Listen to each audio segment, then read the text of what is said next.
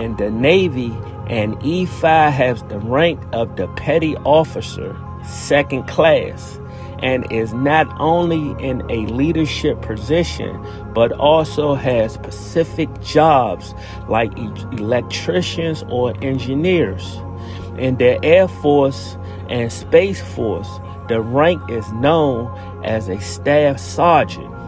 And just like the other branches, it's the first rank that is obtained compulsorily, not automatically. E5 earns between $2,730 per month and $3,874 per month. So guys, do you see the ranks, how they going up? And as they become E1 through E5, also their salary goes up.